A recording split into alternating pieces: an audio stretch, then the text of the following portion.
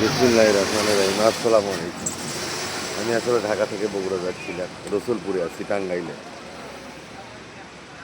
একটা কথা মনে পড়ে গেল, এই জন্য ভিডিওতে আসলাম। বাস্তব আসলে আমি ঢাকাতে আসার পর আমার অনেক বন্ধু আছে যারা ঢাকাতে চাকরি করে, সবাইকে আমি ফোন দিচ্ছি, কিন্তু কাউকে আমি পাইনি। ঘটনা হলো যে আসলে বাস্তব জীবনে সবাই সবার নিয়ে ব্যস্ত হয়ে পড়ছে। আমার এখন বন্ধু বলতে সব কিছু হলো আমারই কলিগের, সবাই আসলে এরাই আসলে এদেরকে নিয়েই বাকি পথটুকু আমার মনে হয় করতে হবে। কারণ আসলে বাস্তবতা, ওদের কোনো দোষ নাই।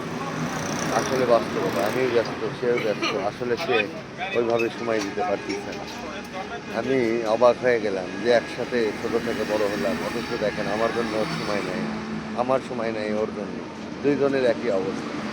এখন বন্ধু হয়ে গেছে কি বাইরের লোকজন, সবাই আমার জেলা কলিগ আছে, কারো বাড়ি আপনার বরিশাল, কেউ হয়ে গেছে টাঙ্গাইল, কেউ হলো আপনার নোয়াখালী, কেউ সিরাজগঞ্জ। এরাই এখন বন্ধু, এরাই হলো আপন, এরাই হলো বাস্তবতা। একটা ঘটনা শুনছিলাম আমি আমার জীবনে, সেটা হলো ছাত্র জীবনে নাকি আসলে বাস্তব এরাই দেখছেন। ছাত্র জীবনে বন্ধু হয় কিন্তু টাকা থাকে না, সময় থাকে অনেক।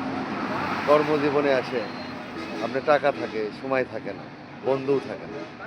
আর বৃদ্ধ বয়সে তো আমার মনে হয় কোনো কিছুই নাই। ওই টাইমে দেখা গেছে যে বন্ধু বান্ধবও মারা গেছে, আপনার সময় হয়তো আছে, সেই বন্ধুকে এক টাকাও কাছে পাবেন। এটাই হলো বাস্তবতা। আমি অবাক হয়ে গেলাম। এই বাস্তবতা নিয়েই আমাকে সামনে এগিয়ে যেতে হবে।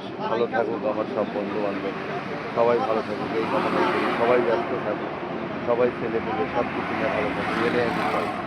আমার বন্ধু বান্ধব আসলে যতগুলো আছে সবাই ভালো।